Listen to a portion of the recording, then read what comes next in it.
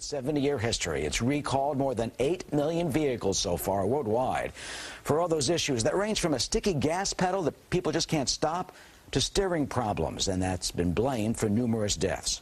Well, the company's president, CEO Toyoda, will face tough questions on Wednesday. That's when he's going to testify before the House Oversight and Government Reform Committee. But a former Toyota lawyer who has accused the company of wrongdoing could potentially blow those hearings wide open. One committee member is with us now. He is Indiana Republican Congressman Dan Burton, who sits on the Oversight Government Reform Committee. Congressman, good morning. Welcome to Fox News. Hi, Eric. How are you, buddy? Good, good. What do you hope to hear from Mr. Toyoda when he steps before you? Well, I went out to a Toyota dealership, O'Brien Toyota, and went through their repair shop to find out what they were doing to correct the problems. And there were 3 or 4 things that came to my attention that I think we need to address at the hearing and ask the president of Toyota about. And what are those? Well, the first thing is the pedal mechanism that goes into a number of the cars that we're talking about.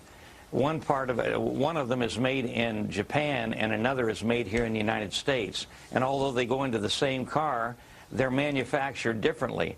The one in Japan doesn't cause any problems, but the one that they tooled here in the United States has to have a shim put in it to make sure there's clearance so that the mechanism works right and the pedal doesn't stick and keep people going at a speed that they can't stop.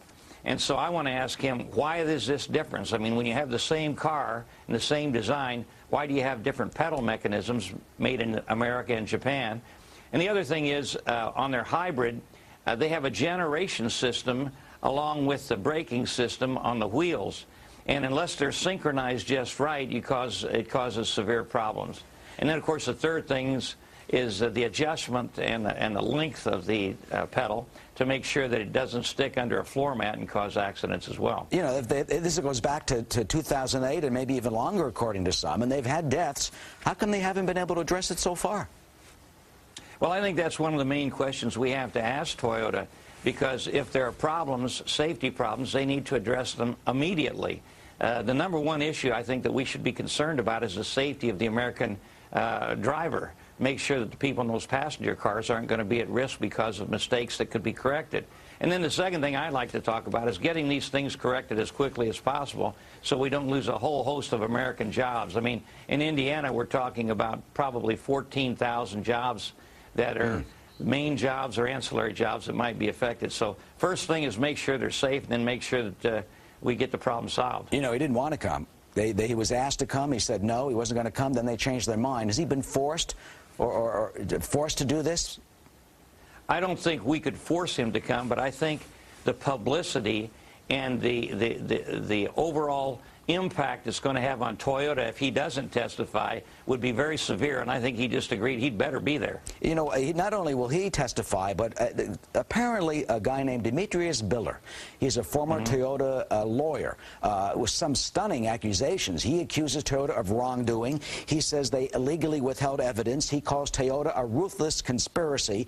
He claims he has 6,000 pages of evidence about Toyota's alleged wrongdoing. Toyota, of course, says it's not true. Has Mr. Biller been subpoenaed to testify? Do you think he will? I mean, if he steps before the cameras in a congressional hearing, that could blow this wide open.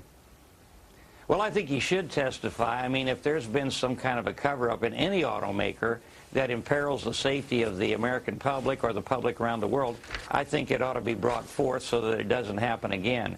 So if he has valid reasons to prove that there was a cover-up of some type, we certainly need to bring him before the committee. No, he sued Toyota, and apparently Toyota is suing him. Do you think there's any truth to Mr. Biller's accusations? I mean, you obviously want him to come.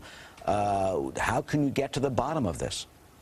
Well, Eric, I'll tell you, until we see him and see the evidence that he has, I don't think we can make a decision on that. But since he's made these claims, I certainly think he should appear before the committee. Well, a lot of unanswered questions, so some people would like to hear from Mr. Biller. Obviously, you do. You certainly will hear from Mr. Toyota come Wednesday. Congressman, thank you so much, Dan Burton of Indiana.